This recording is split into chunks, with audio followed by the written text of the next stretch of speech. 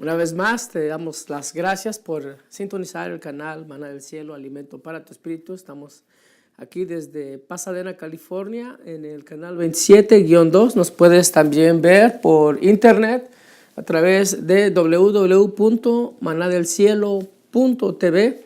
Y qué bendición poder estar aquí una vez más contigo, estar bendiciendo tu vida, estar bendiciendo mi vida, porque la palabra viene primero hacia uno y luego, ¿verdad?, toca a uno y uno la da o uno empieza a dar lo que Dios nos ha dado. Y este día yo quiero decirte que Dios a través de ejemplo, Dios a través de seguimiento, Dios a través de sumisión, ¿verdad?, nos quiere hablar y queremos, ¿verdad?, estar nosotros predicando bajo las características que se necesita para ser un líder. Y obviamente el Señor dejó plasmado en su bendita palabra los pasos o la secuencia que se debe de tener para poder llegar a ser un líder, ¿verdad? Un líder necesita ser primeramente un discípulo, un estudiante, como lo quieras llamar, un seguidor, si lo quieres llamar también, porque nos vamos a enfocar en Primera de Reyes 19:19 y esta historia trata acerca de un líder que dejó a otro líder, de un líder que siguió a otro líder, pero el líder que siguió al otro líder, ¿verdad?, no era líder, sino que era simplemente alguien que le servía. Y específicamente estamos hablando del profeta Elías y el profeta Eliseo. Estamos hablando del capítulo 19, lo que pasó del 1 al 19. Estamos hablando acerca de lo que sucedió cuando Elías huye de la persecución dada por Jezabel, después de que Elías con gran poder de Dios derrota a 800 Baales y empieza él a mostrar que Dios es el que es el Señor, el que provee la lluvia, el que provee el fuego, el que reina, el que está en control, ¿verdad?, de la naturaleza que él creó. Asimismo, una vez que son degollados esos 800 Baales, porque pues esa fue lo que se estaban jugando, su propia vida, él sale huyendo por una amenaza de Jezabel, que era la esposa de Acab, y esa amenaza iba destinada a su vida. Elías huye de la presencia de ellos, pero no huye de la presencia de Dios. Y como líderes necesitamos entender que podemos nosotros escondernos o tratar de huir, pero dice la palabra de Dios que Él lo ve todo, Él es omnisciente, Él es omnipresente, está en todos lugares, ¿verdad? Él todo lo conoce, Él todo lo sabe y todo lo ve.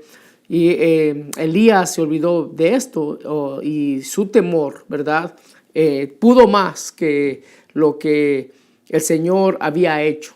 Y eso nos demuestra la fragilidad de los ministerios, la fragilidad del mismo llamado, ¿verdad? Cuando pensamos que todo está bien, cuando pensamos que las cosas están avanzando, ¿verdad?, de la manera como nosotros queremos, cuando hay grandes victorias, tenemos que estar siempre preparados para los grandes valles. Necesitamos estar listos, ¿verdad? Porque después de una gran victoria viene a veces una gran prueba, ¿verdad? A veces lo que se predica en el púlpito tenemos que vivirlo una vez que bajemos del púlpito. Por eso tenemos que tener cuidado, hermanos, número uno, ¿verdad?, de que el orgullo no tome control de nuestras vidas, aunque el Señor nos esté usando.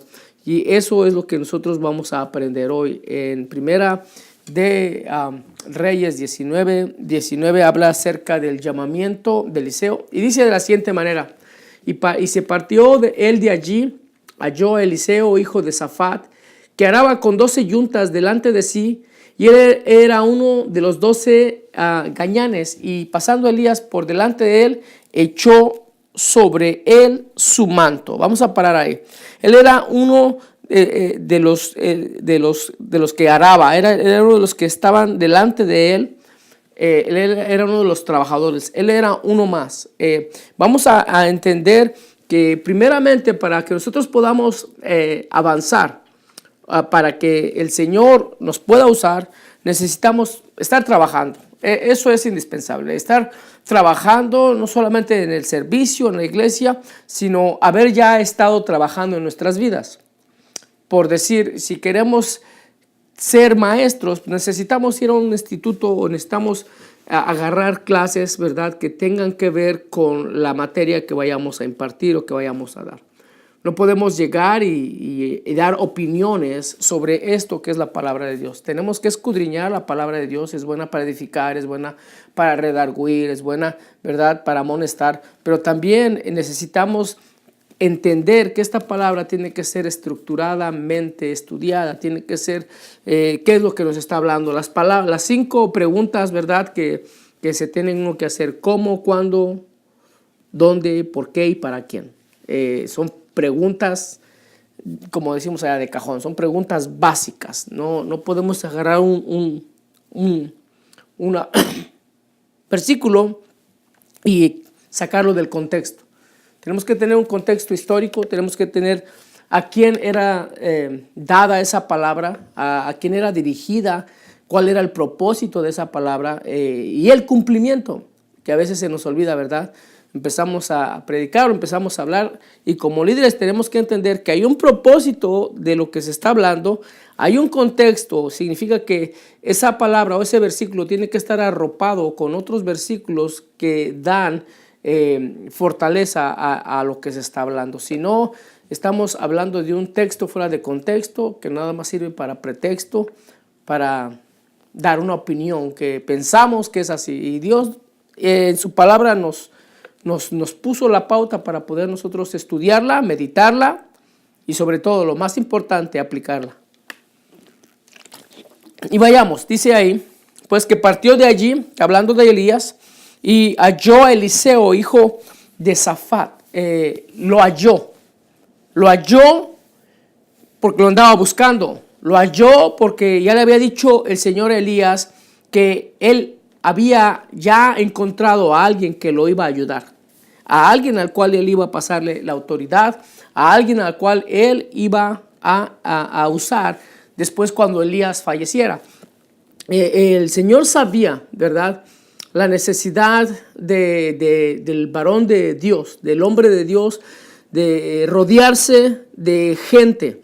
Uno de los errores que cometemos como líderes, uno de los errores que cometemos en los ministerios es que no nos rodeamos de consejeros. El consejero es el mismo pastor, el consejero son los mismos líderes que arropan al que se está levantando, al que se está llamando, al que se está edificando, al que se está preparando, equipando para cierta tarea o la tarea que se le vaya a dar. Ahora, ¿cuál es la pregunta? ¿Cuál era la meta bien definida? Una meta que es una meta, bueno, él como hombre de agricultor, Eliseo sabía arar, sabía que la meta era hacer un surco, que la meta era, ¿verdad?, debía de tener un objetivo visible, tal vez no medía, sino que ponía una meta al final del arado, un árbol, una línea, un perímetro por el cual él iba a llevar su arado con su yunta, 2 bueyes con su yunta para poder hacer el surco y hacerlo bien. Esa es la meta. La meta es dirigir o enfocarse hacia adelante de lo que está delante de nosotros. Dice la palabra que nos enfoquemos, ¿verdad?, que pongamos nuestra mirada en Jesús, ¿verdad?, el Señor, el iniciador y el consumador de nuestra fe.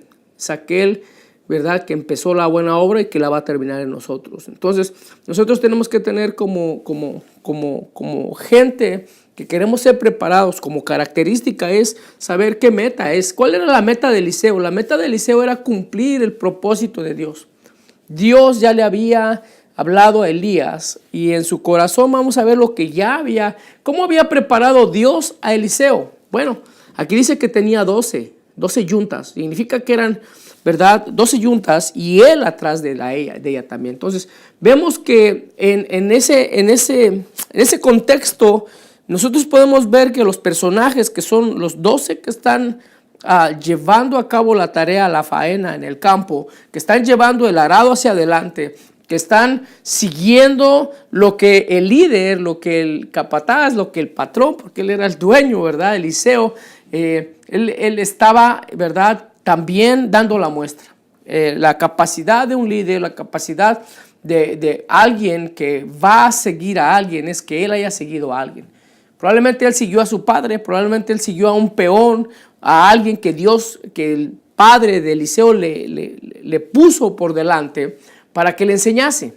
O sea, para que tú y yo podamos seguir avanzando, para que tú y yo podamos ser gente de un puesto, de un ministerio, en el mismo trabajo. Tú no vas a un trabajo y tú dices, bueno, yo quiero hacer esto ahora si no has recibido el entrenamiento. Aquí nosotros estamos viendo que Dios ya había preparado a Eliseo, pero de una forma actuando, haciendo. Dios nos prepara cuando nosotros hacemos, cuando nosotros ponemos empeño, ¿verdad? Y el poner empeño es poner atención, es el dedicarnos a nosotros poder desempeñar la labor que se nos da. Y la misma palabra lo dice que, ¿verdad? Si eres fiel en lo poco, en lo mucho te pondrá.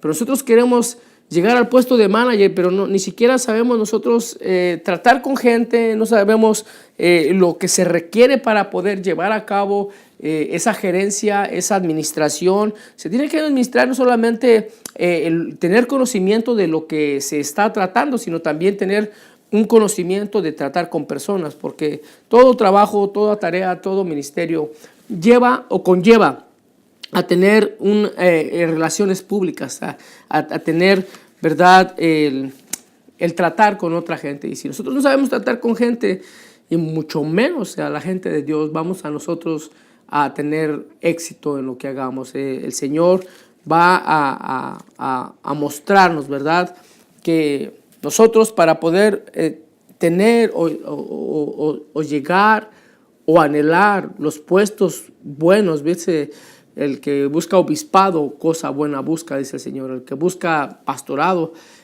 créeme, que busca buenas cosas en Dios, pero también es una gran responsabilidad. No es nada más de decir voy a predicar, es mucho más que la predicación. Es mucho más que nosotros podamos decir, oh, es que yo sé, ¿verdad?, desarrollar un tema. Es mucho más que eso, tiene que tener el corazón, número uno. Entonces, el Señor vio en Eliseo, ¿verdad?, el corazón de alguien que sabía guiar, de alguien que sabía seguir, de alguien que sabía ministrar. Él podía estar bien desde atrás, viendo nomás cómo estaba, ¿verdad?, el pueblo, básicamente lo que eran sus peones, y hacer cómo hacían la obra y monitorearlo desde ahí. Pero él, con su propia vida, con su propia experiencia, él mostraba que él no solamente era una persona de que sabía hacer las cosas, sino que también mostraba cómo hacerlas. Entonces vemos en él que hay un objetivo, ¿verdad? Y el objetivo era, la meta estaba hacia el frente, la meta, el objetivo era, ¿verdad?, ser parte del equipo que estaba logrando esa tarea, dar muestra. Y también vemos, ¿verdad?, cómo es que vemos que se menciona como Eliseo, hijo de Safat. Entonces, cuando tú ves un gran líder, también ves a alguien que está sometido a su padre espiritual, a un maestro, ¿verdad?, como bien te decía. Pero cuando dice Eliseo, hijo de Safat, significa que él era bien reconocido quién era su padre y cómo él trataba a su padre. Y muchas veces no necesitamos ni siquiera hablar con los padres cuando los hijos tienen, ¿verdad?, problemas. Nomás vemos cómo son los hijos y muchas de las veces, no siempre, pero la mayoría de las veces vemos que así como son los hijos, así son los padres. Si los hijos son impuntuales, es porque tienen padres impuntuales. Si los hijos a veces se portan o hablan cosas que no tienen que hablar en la calle, en la iglesia, y a veces que quieren taparle la boca a los niños, quieren taparle la boca de lo que están diciendo y diciendo, ups, no sabemos de dónde salió eso, ¿sí? Salió del ejemplo que le hemos dado, salió de lo que nosotros hablamos y cómo reaccionamos. Nuestros hijos son esponjas, absorben todo. Ellos, sin que tú les enseñes, están aprendiendo. Ellos, sin que tú digas una palabra, están viendo cómo reaccionas ante la oposición, ante la mentira, ante la honestidad. Están viendo cómo reaccionas ante cómo tratamos a nuestras esposas, a nuestros otros hermanos, cómo hablamos de la iglesia. Entonces, nuestros hijos ven todo y a veces decimos, es que no quiere ir a la iglesia. Pues es que estamos dando un mal ejemplo. Es que no somos personas que somos coherentes con lo que predicamos y con lo que caminamos, con lo que hablamos y lo que decimos y cómo reaccionamos. Entonces, él habla aquí acerca del Señor, yo te mando a alguien que te vaya a ayudar, pero ese alguien yo ya lo tengo preparado, Elías. Ese alguien es alguien que se sujeta a su padre, es alguien que sabe trabajar la tierra, es alguien que se sabe poner metas y es alguien que sirve al Padre. Así como sirve a su Padre, así va a servir al Padre Celestial. Y así como sirves tú a tu empleador, así como sirves tú, ¿verdad?, aquel al cual tú le estás trabajando, pues ciertamente así le vamos a servir a Dios. O sea, la autoridad que Dios pone en nuestras vidas es un reflejo de la misma relación que tengamos con Dios. No podemos ir al trabajo y ser una cosa y cuando vamos a la iglesia o cuando vamos al ministerio entonces nos comportamos de otra manera, porque entonces hay una incoherencia, ¿verdad? Hay un doble ánimo, hay una doble mente, hay un doble corazón, como nos dice la palabra, ¿verdad? Un didasco, ¿verdad? Son dos mentes, dos corazones que nos comportamos según sea el beneficio y según como si están con los del mundo, como Pedro, ¿verdad?, que estaba con los hebreos y se comportaba como un judío, pero se iba con los griegos y también se hacía un griego más, ¿verdad? Y Dios nos está llamando a nosotros a santidad, nos está llamando a separarnos, dice la palabra que soy santos porque yo soy santo, y Dios demanda la santidad. Cuando tú ves a un hombre o a una mujer, inmediatamente tú ves si hay santidad, y la santidad no tiene nada que ver cómo vistes, que aunque es parte, o cómo hablas, aunque es parte. La santidad tiene que ver qué es tu carácter, cómo es que tú has apartado tu vida, cómo apartas tus pensamientos, cómo apartas lo que hablas, lo que dices y quién eres. Entonces, vemos que en Eliseo Dios encontró una característica que era que tenía metas, que Dios, la meta, la tarea era terminar, ¿verdad?, con esas 12 yuntas, cierta cantidad, de arar cierta tierra, de hacerlo bien, porque a quién le gustan los surcos chuecos. Entonces, no había la tecnología que hay hoy, no había la maquinaria que hay hoy para poder, ¿verdad?, desarrollar esa tarea. Mas, sin embargo, ¿verdad?, el Señor nos está diciendo a través de este ejemplo tan sencillo que alguien que iba a reemplazar a Elías, al gran Elías, al profeta Elías, aquel que hacía descender fuego del cielo, aquel que fue llevado más adelante, después cuando es retirado de la tierra, es llevado en carruajes de fuego y no experimenta muerte, que es un prototipo o es algo que va a decir que es lo que le va a pasar a la iglesia, que se habla acerca del rapto, acerca del arrebatamiento, así como fue arrebatado Enoc, que no experimentó muerte, así como fue arrebatado Elías, que no experimentó muerte, así también la misma iglesia va a ser arrebatada, ¿verdad?, en los aires, en las nubes, dice la palabra del Señor. Así es de que vemos en el puro versículo 19, en el versículo 19 dice en la segunda parte, y pasando Elías por delante de él, echó sobre él su manto. Y el echar el manto significaba, ¿verdad?, echar con él básicamente lo que era su autoridad. Era la forma de decir, eres llamado a una tarea diferente, eres llamado a una tarea mayor. Aquí el manto representa, y el manto que estaba hecho de piel de oveja, y significa humildad, significa austeridad sin lujos, como dice Zacarías 13:4, ¿verdad? Significa humildad, austeridad, no lujos. Si era hacendado Eliseo, porque imagínate, para tener 12 yuntas, significa que tenía 12 personas arando al lado de él, y eran personas que tenían familias, y eran personas que tenían que recorrer toda una gran parte de poder sembrar esa tierra. Eso significa que estamos hablando de Eliseo, un hombre acaudalado, un hombre hacendado, un hombre que probablemente tenía más que los demás, ¿verdad? Pero aquí Dios le llama de ese lugar donde Él está en control, donde Él puede disponer de cosas, a un lugar de austeridad. Significa un lugar donde no hay lujos, un lugar donde se necesita la humildad. Entonces, el Señor tiene que trabajar en esa característica como líder, como seguidor, en la humildad, ¿verdad? Dice en las bienaventuranzas de Mateo 5, bienaventurados los humildes de corazón, ¿verdad?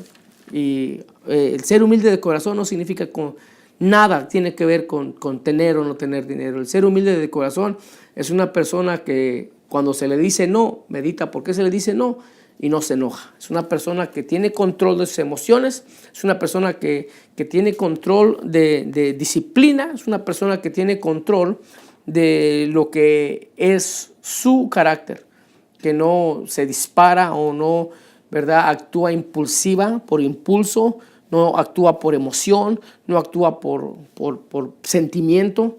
Y nosotros en nuestra comunidad, pues disculpa, pero realmente nosotros se nos ha enseñado, ¿verdad?, a actuar de esa manera, con sentimiento, impulsivamente, ¿verdad?, arrebatados, carácter, no puedes hablar a la hermanita, no le puedes hablar al hermanito, porque, y no, olvídate de decirle que no, porque llevas 10 años haciendo lo mismo y que ahora le digas que va a venir a hacer otro él y que él va a hacer otra cosa, olvídate. Entonces, ahí es donde tenemos que ser humildes. El ser humilde es de decir, sí, ya me toca hacer esto otro, pues me voy a enseñar a hacer otra cosa.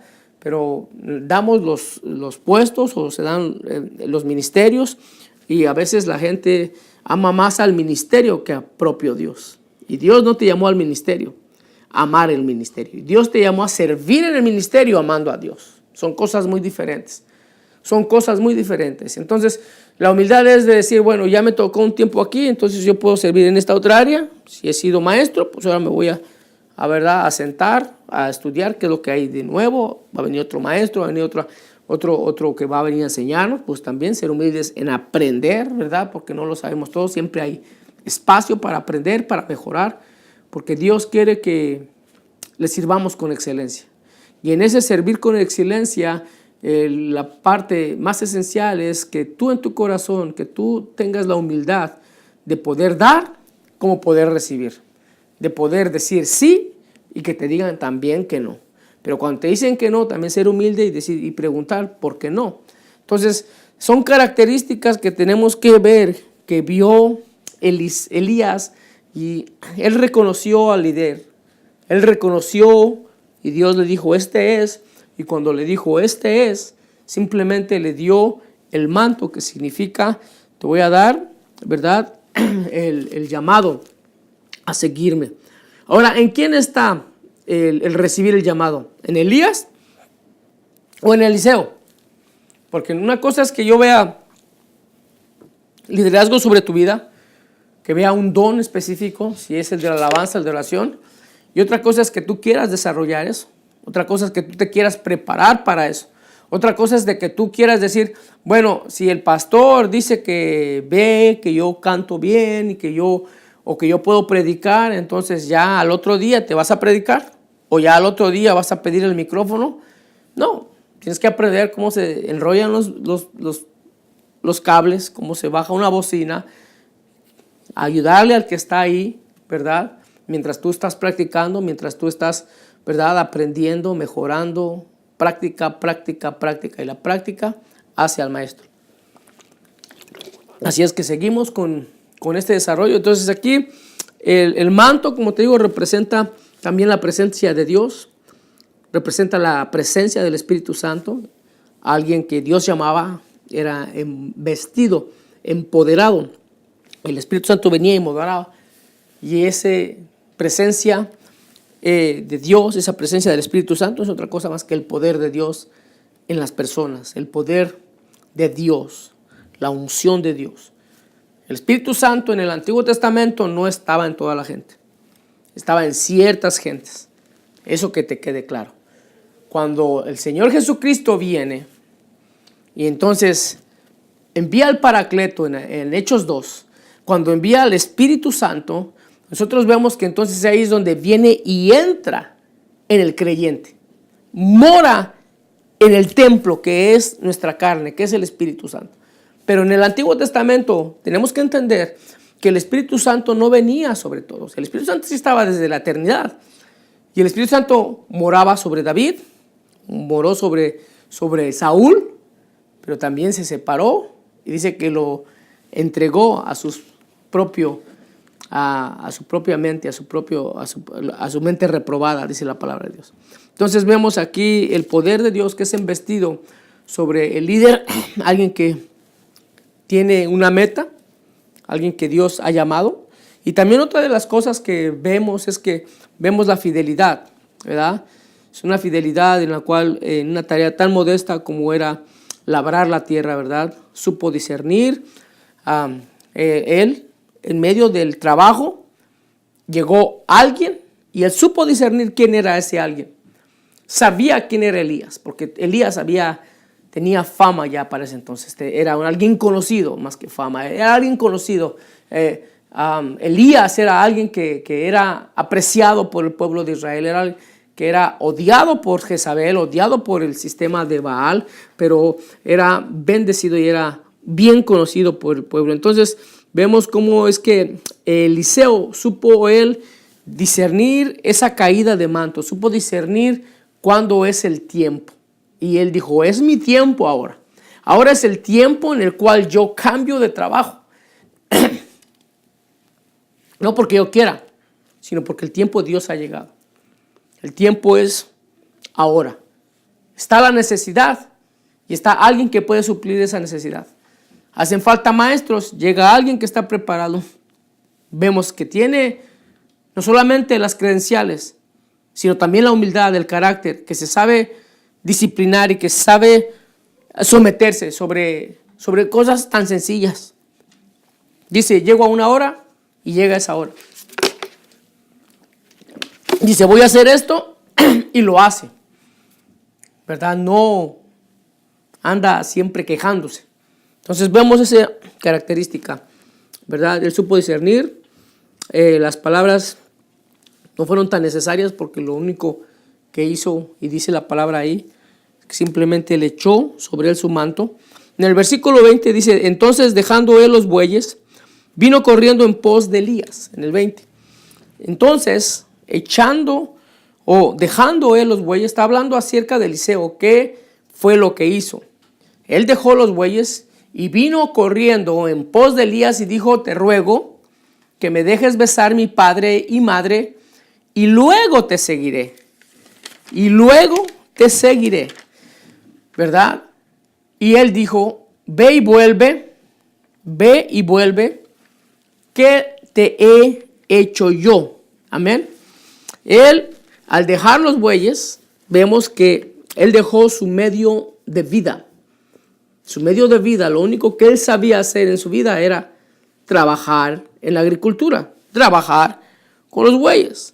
Pero ahora vemos otra característica de un pastor, de alguien del ministerio, de alguien que tiene alabanza, de alguien que es llamado, ¿verdad?, para grandes cosas, porque cualquier llamado en Dios es grande, ¿verdad? Desde el que enseña a los niños, del que cuida a los niños, que también al cuidarlo enseña, del que, ¿verdad?, está a cargo de liderazgo de jóvenes, de adultos, el que está a cargo de los varones, de las mujeres, ¿verdad? Y el que está a cargo de la iglesia, el que está a cargo de células, el que está a cargo pues de vigilias, el que está a cargo de ir a orar por los enfermos, del que está a cargo de ir a las cárceles, del que está a cargo, ¿verdad?, de las finanzas de la iglesia. Todo aquel que está a cargo, ¿verdad?, ellos tienen que entender que hay algo que es necesario en nuestros ministerios y es el corazón del amor al padre y a la madre. Una persona que, para las mujeres que están buscando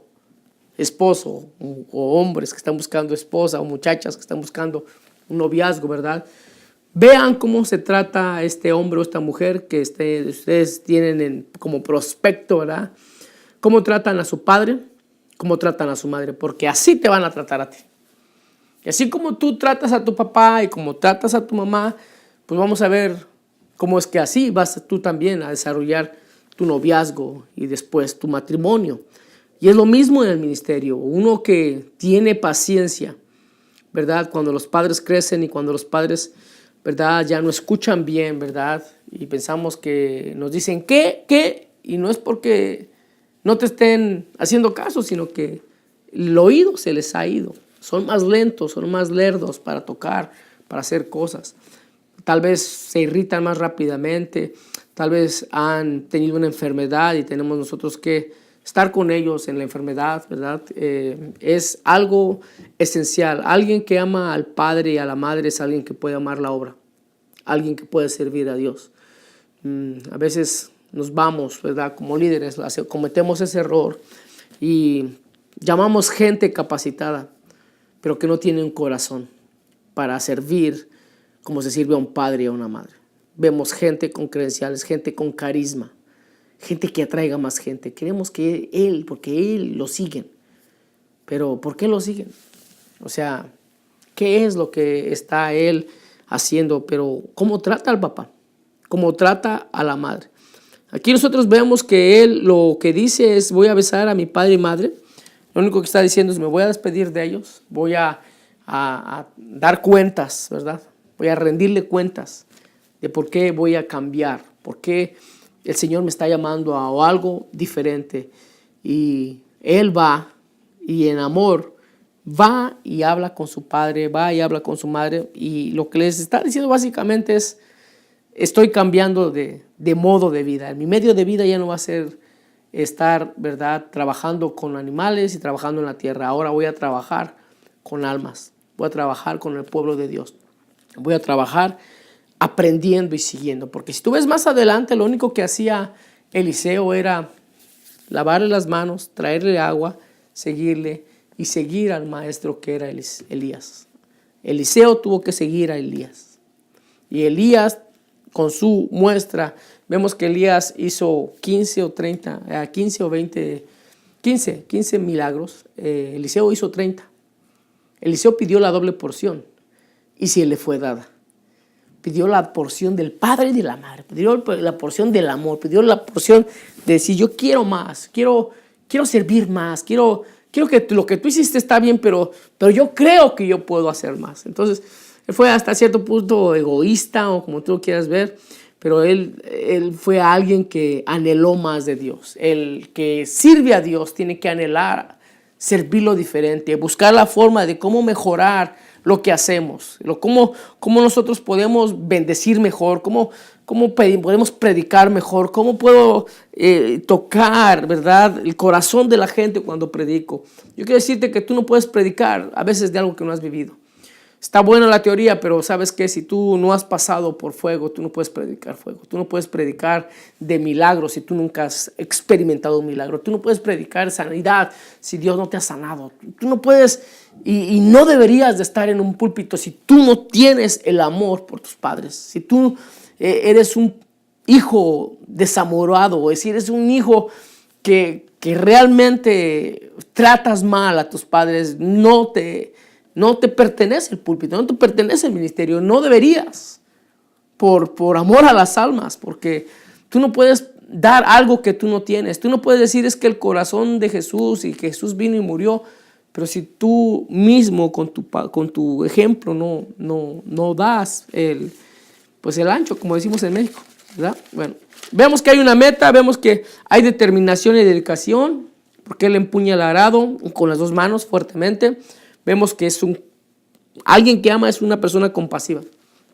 Alguien que ama es compasivo no solamente con los que está dirigiendo, que eran 12 personas, sino también es compasivo con los animales. Yo creo que en medio del calor y del calorón también los hacía descansar, también les proveía de alimento, porque no nomás era tratar con gente humana, sino también tratar con animales domésticos o animales de carga, animales de campo, y está hablando específicamente de los bueyes, está hablando acerca de que también se les tenía que dar un descanso, no los obligaba a hacer un esfuerzo mayor que realmente podían, ni ellos ni los peones que estaban ayudándole. Vemos que era compasivo, que les proveía de agua, ¿verdad? Y algo esencial es proveerles de agua, de alimento, que no se anden desmayando después de 2 horas. Después de 2 horas, 3 horas trabajando en el campo, créeme que a ti te da hambre, ¿verdad? A ti, y tú quieres también descansar y quieres también tu agüita, porque el calor, estar trabajando bajo el calor es algo sofocante. Si nosotros que estamos caminando aquí se nos da el calor y luego nos metemos al carro, al aire acondicionado, imagínate allá en medio del campo donde no hay sombra, ¿verdad? La única sombra que les llega a veces son las nubes que se posan y que se ponen arriba ahí de ellos. Pero vemos que era compasivo, también les daba descanso, ¿verdad? Era un hombre que hacía un gran esfuerzo físico, y una persona que se desgasta para su familia, que se desgasta en el trabajo, se puede desgastar para Dios. Una persona que que en su vida, ¿verdad? Da un esfuerzo, da la milla extra, como le decía a los romanos, que era una ley que ellos tenían que cargarle, ¿verdad? Cualquier ciudadano romano podía, o cualquier del ejército romano, él podía pedirle a cualquier persona, que sea judía o no, que le cargaran las armas por una milla. Pero dice la palabra de Dios que el Señor le dijo, si te piden que tú les cargues una milla, cárgales 2 millas, dales el extra para que se pregunten, y tal vez en la segunda milla puedas dar testimonio de Jesús. Y en esa segunda milla, en ese extra, en ese segundo aire que el mismo que va corriendo, ¿verdad? Y logra pasar cierto tiempo de estar corriendo, de repente se cansa, le empieza a dar un dolor, pero de repente algo pasa en esa carrera que da, y es a lo que le llaman a los atletas el segundo aire, cuando empiezan a agarrar ya su trote, empiezan a agarrar su ritmo, y el cuerpo, ¿verdad? Solito agarra su ritmo. Entonces, en ese segundo aire es cuando nosotros queremos que la gente no nomás se esfuerce y decir, ahí voy a orar por ti. Que tú digas, veo la necesidad, yo voy a ir a tu casa. Yo voy a orar por ti, pero ahí, o ahorita mismo. No digas sí, después no, ahorita. ¿Cuál es la necesidad? Pues, Señor, en nombre de Cristo Jesús, Señor, provee trabajo. Si hay problemas, Señor, en la casa, usted tome control de esos problemas. Y tú puedes, desde el lugar donde estás, no necesitas ningún púlpito, no necesitas nada, simplemente necesitas tener un corazón compasivo, ¿verdad? El Señor siempre que sanó fue porque fue movido a compasión. Y compasión, ¿verdad? Es algo que tiene que ver que tú te pones en el lugar del otro. Tú tomas el lugar de la necesidad del otro y tú lo quieres proveer. Entonces, el trabajo, ¿verdad? Vemos que se hace con gran esfuerzo, resulta en sudor y transpiración, que significa desgaste. También vemos cómo es que el polvo producido por las pisadas de los bueyes también lo ensuciaban. Entonces vemos a alguien sucio, el mecánico trabaja sucio, el que limpia casas trabaja y se sucia, suda, y eso significa que, ¿verdad?, está haciendo un esfuerzo físico. Probablemente el hecho de que tú estés estudiando la palabra es un esfuerzo físico. Es un esfuerzo en el cual, ¿verdad? En México dicen que cuando tú estás cursando una carrera, ¿verdad? Es que él se está quemando las pestañas. Significa que está dedicado, que está separándose, que está apartando en lugar de ir a las fiestas. Él está dedicándose a estudiar porque quiere pasar el grado y quiere lograr esa carrera, quiere lograr, ¿verdad?, ese título, y eso es a lo que se le llama el sacrificio. Sacrificio va más allá de nomás trabajar físicamente. Sacrificio significa ser disciplinado y apartar horas y horas para tú edificar tu vida, para tú, ¿verdad?, aprender, para tú poder, ¿verdad?, realizar la obra con entendimiento, con razonamiento, pero sobre todo con esa compasión que Dios nos está dando. Estamos ya casi por terminar, ¿verdad? Vamos al siguiente punto, que es la experiencia en supervisar la tarea de otros, brindando el ejemplo con su propio trabajo. Eso ya lo desarrollamos, ¿verdad? Entonces, vemos en el 20 que le dijo él, ¿y yo qué te he hecho? ¿Qué te he hecho yo? Yo no te llamé. Y eso es lo que nosotros entendemos, que necesitamos decirle a los discípulos, decirle a los estudiantes, decirle a los que nos están siguiendo, a los que quieren el manto, a los que quieren el ministerio, a los que quieren, ¿verdad?, servir a Dios. Es decirle, yo no te llamé, Dios te está llamando. Yo nomás te digo que yo veo esto, yo nomás te digo que Dios te puede preparar y que Dios te quiere usar y te puede usar, pero el llamamiento viene de arriba, porque el que llama te va a respaldar. Si Él no te llama, te va a costar mucho trabajo y probablemente termines abandonando la obra, termines dejando lo que iniciaste. Es como aquel que lee un libro y nunca lo termina, ¿verdad? Aquel que empieza algo y nunca lo termina. Vas de carrera en carrera, vas de lugar en lugar, vas de trabajo en trabajo. Eres una persona que no sabe terminar algo. ¿Por qué? Porque lo siente ahorita y mañana ya no lo siente. Pero cuando es un llamado de Dios, es una obligación, pero no ante tu pastor, no ante tu líder, es una obligación ante Dios, de que tú sientes eso en tu corazón. Si tú, ¿verdad?, estás desarrollando, otra vez vamos a la alabanza, si tú sientes eso, tú quieres ministrar y tú vas a esperar tu tiempo, tú vas a pagar el derecho de piso, como decimos en México, vas a pagar tus dues, como dicen en inglés. A lo que sea necesario, tú lo vas a cumplir los requisitos. Revisado. Ya está apto para estar al frente, ya está apto para hablar por micrófono, porque no habla nomás por hablar, porque no canta nomás por cantar, porque no nomás canta con una voz dulce y quiere agradar. Ya vimos que no le quiere agradar a la muchachita que está allá abajo. Ya vimos que no le quiere agradar al muchachito que está allá abajo. Ya no queremos que quiere las luces, ¿verdad? Que quiere ser un American Idol. Ya no están, vemos que sí su corazón está en ministrar las almas. Y el que se sube arriba a ministrar, ministra con compasión, ministra con el corazón de Dios. Y si tú eres esa persona, yo te exhorto a que sigas adelante, a que ese llamado que Dios te ha dado, ¿verdad? Sea bendecido con todo lo que hagas. Y terminamos con el 21, y dice que y se volvió y tomó un par de bueyes y los mató, y se volvió. En el 19:21 es el último versículo que vamos a desarrollar, y con esto terminamos la prédica. Dice que se volvió en pos de él y tomó un par de bueyes y los mató, y con el arado de los bueyes coció la carne de ellos, y la dio al pueblo que comiesen. Después se levantó, fue tras Elías y le servía. Así termina esto, ¿verdad? Él, como dicen en México, quemó las naves. Se volvió y él fue y anunció su llamado a su casa. Él no lo hizo secreto, él no era un llamamiento a la secreta, era un llamamiento público, porque él iba a servir al público, él iba a servir al pueblo.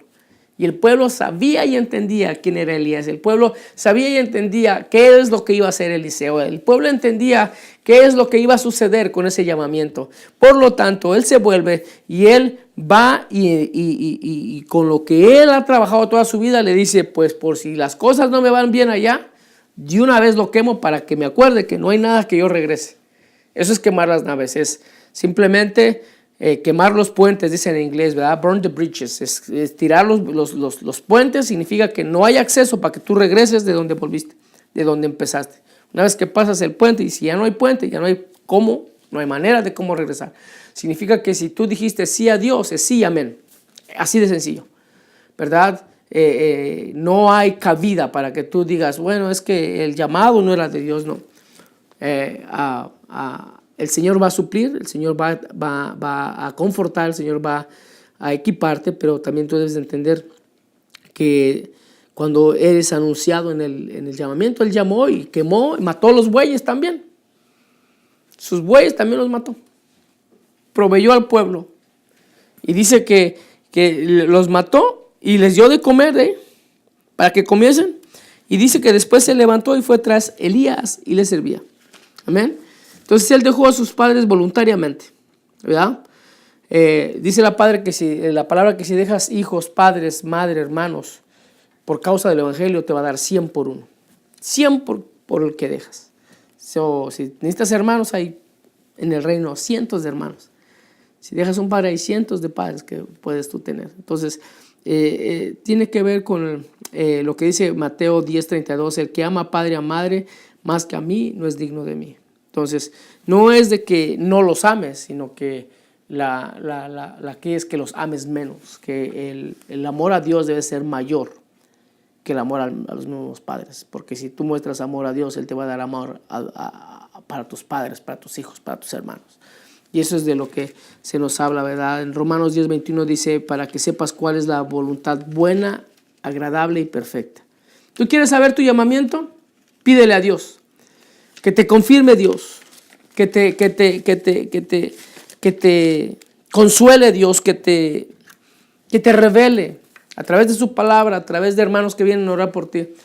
Tú quieres tener las características de un líder, como te dije, aprende a tener metas en la vida.